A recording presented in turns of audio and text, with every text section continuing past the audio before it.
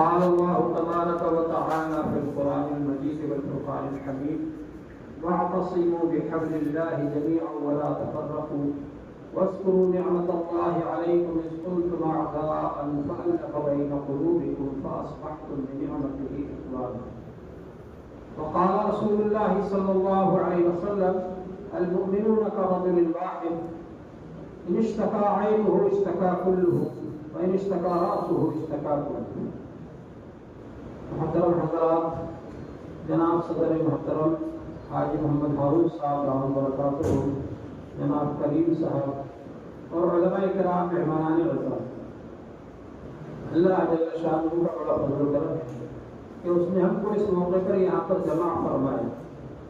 یہاں ہم لوگ اس مقصد کے لیے جمع ہوئے ہیں کہ اس وقت جو امت پریشان حال ہے اس کی پریشانیوں کے کیا اسباب ہیں ان کو دیکھا جائے اور ان کے حل کرنے کا کیا طریقہ ہے اس کو دیکھا جائے. تو الحمدللہ ابھی حاجی صاحب نے ہمارے سامنے جو تفصیل سے بیان فرمایا، اس سے ہم کو اندازہ ہوا کہاں کہاں کیا کیا پریشانیاں ہمارے اوپر آ رہی ہیں اور امت کو کس طرح سے پریشان کیا جاتا ہے اور اس کا حل کس طرح سے ہوگا.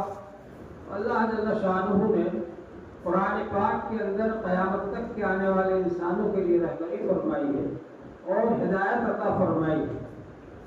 میں نے ابھی آپ کے سامنے ایک آیت پاک پڑھی جس میں اللہ جل شانہ نے ارشاد فرمایا وَاعْتَصِمُوا بِحَبْلِ اللَّهِ جَمِيعًا وَلَا تَفَرَّقُوا.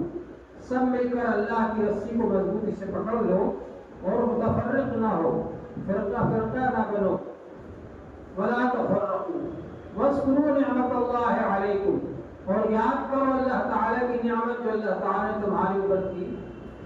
اذ كنتم اعداء فألف بين قلوبكم، آپس میں دشمن تھے، اللہ تعالیٰ نے تمہارے دلوں کو جوڑ دیا، تمہارے دلوں میں محبت پیدا فرمائی.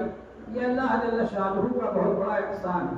اسلام کے آنے سے پہلے عرب قبیلے والے دوسروں سے لڑتے تھے، جنگیں کرتے تھے. عرب میں تو چھوٹی چھوٹی باتوں پر 100 سال 50 سال جنگیں ہوتی تھی اور کرتے وقت وصیت کر کے جاتے تھے کہ جنگیں جاری رکھنا. اسلام نے آ کر کے محبت سکھائی. حضور پاک صلی اللہ علیہ وآلہ وسلم نے فرمایا المؤمن مؤلف ولا خیر فی من لا یألف ولا یؤلف. ایمان والا محبت کا مقام ہے، محبت کا محل ہے اور اس میں کوئی خیر اور بھلائی نہیں جو نہ خود کسی سے محبت کرے نہ اس سے محبت کی جائے. تو ایمان والے کو تو ایسا ہونا چاہیے کہ اس سے لوگ محبت کریں، اس سے تعلق رکھیں اور وہ بھی لوگوں سے محبت رکھے اور تعلق رکھے.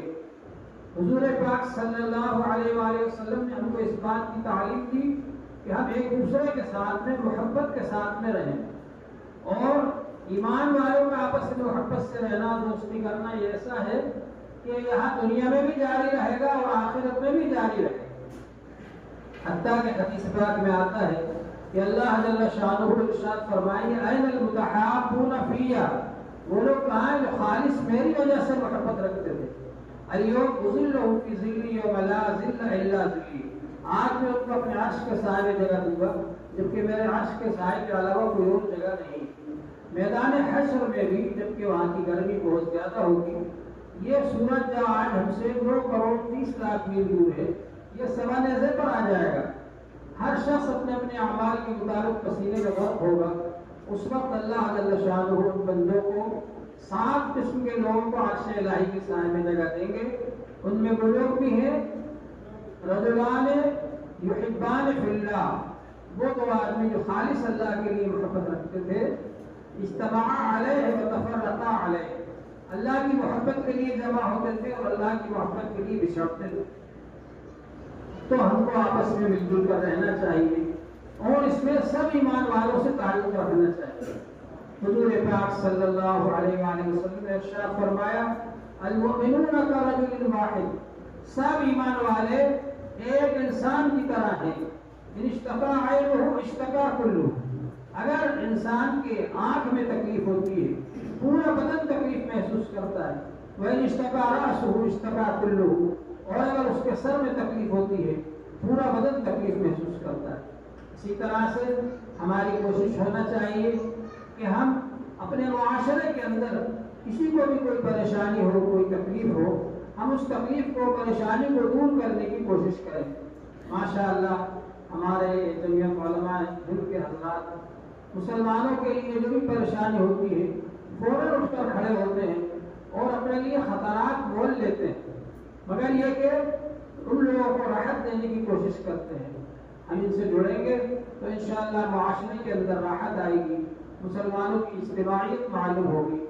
ہمارا یہ فرض ہونا چاہیے کہ ہم ایسے لوگوں کا ساتھ دیں، اور حضور پاک صلی اللہ علیہ وآلہ وسلم نے ارشاد فرمایا واللہ فی عون العبد ما کان العبد فی عون اخیہ، اللہ تعالیٰ اس بندے کی مدد کرتے رہتے ہیں جو بندہ اپنے بھائی کی مدد کرتا رہتا ہے۔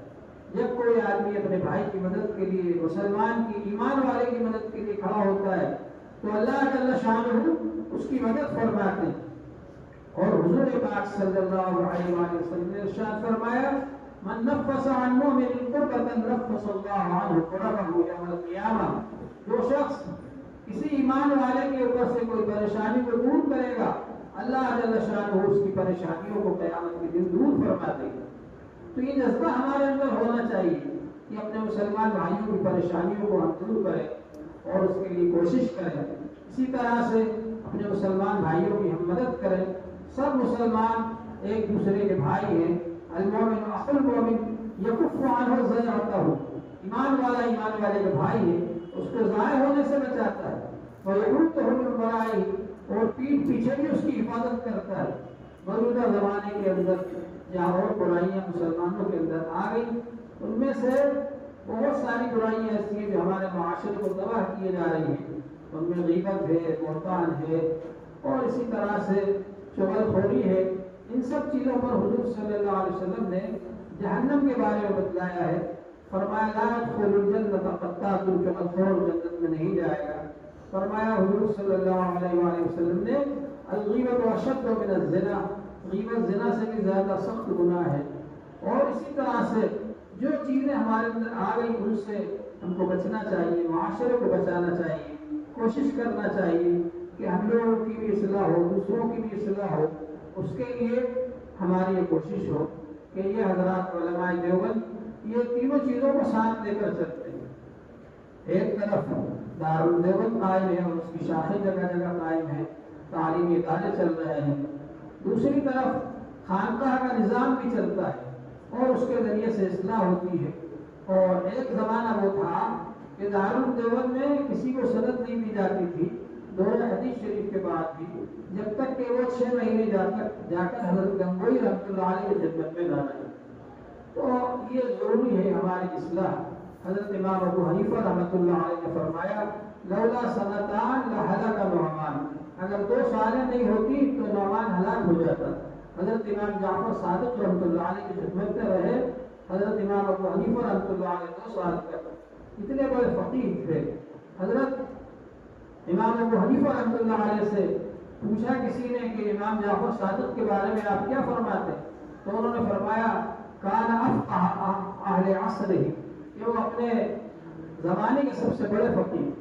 بہرحال یہ ہمارے اکابر کا طریقہ رہا ہے، ہماری کوشش ہونا چاہیے کہ ہم بھی اپنی اصلاح کی فکر کریں اور اس طریقوں کو بھی اپنا اصلاح کے لیے ہر زمانے میں یہ طریقہ جاری رہا ہے۔ اپنے اولیاء کرام کا زمانہ رہا اور اس سے پہلے بھی جو صحابہ کرام کا زمانہ رہا، حضور پاک صلی اللہ علیہ وسلم کی ذمہ داریوں میں اور فرائض منصبی میں اللہ تعالیٰ نے بتلایا ہے کہ آپ تزکیہ فرماتے ہیں، اور صحابہ کرام نے بھی اس پر خاص توجہ دی، اور وہ تو نجوم ہدایت تھے، جہاں بھی گئے اللہ تعالیٰ نے ان کو چمکایا۔ اسی طرح سے ہمارے زمانے کے اندر بھی ضرورت ہے کہ ہم اس پر خاص توجہ دیں اور مدارس کے ساتھ ساتھ خانقاہیں قائم کریں۔ حضرت شیخ الحدیث مولانا زکریا صاحب رحمۃ اللہ علیہ نے ایک بار لکھا حضرت مفتی شفیع صاحب رحمۃ اللہ علیہ کو پاکستان، کہا کہ میرا دل چاہتا ہے کہ ہر مدرسے میں خانقاہ ہو، میں اس کے لیے ہندوستان میں کوشش کرتا رہتا ہوں، لیکن وہاں پر پاکستان میں آپ کو زیادہ مواقع حاصل ہیں، آپ یہ کام آسانی سے کر سکتے ہیں، آپ کوشش کریں کہ ہر مدرسے میں خانقاہ ہو۔ تو ظاہر بات ہے کہ مدرسہ اس وقت ہمارے پاس کچھ بچا نہیں سوائے مسجد اور مدرسوں کے، اور مسجد مدرسوں سے اگر ہم کام شروع کریں گے انشاءاللہ سب جگہ پھیلے گا۔ تو ہمارے جذبہ ہونا چاہیے۔ تو یہ حضرات ایک طرف اعلاء کلمۃ الحق کا کام بھی کر رہے ہیں ماشاءاللہ. افضل الجہاد کلمۃ الحق عند سلطان جائر. سب سے بڑا جہاد یہ ہے کہ ظالم بادشاہ کے سامنے حق بات کہی جائے. ایک طرف مدارس کا کام کر رہے ہیں اور ایک طرف خانقاہوں کا کام کر رہے ہیں. یہ تینوں کام ہم کو ساتھ لے کر چلنا چاہیے. اللہ جل شانہ ہم سب کو عمل کی توفیق عطا فرمائے. وقت کیونکہ زیادہ ہو چکا ہے اس لیے میں اتنی بات پر اپنی بات کو ختم کرتا ہوں. اللہ تعالیٰ آپ کو جزائے خیر عطا فرمائے.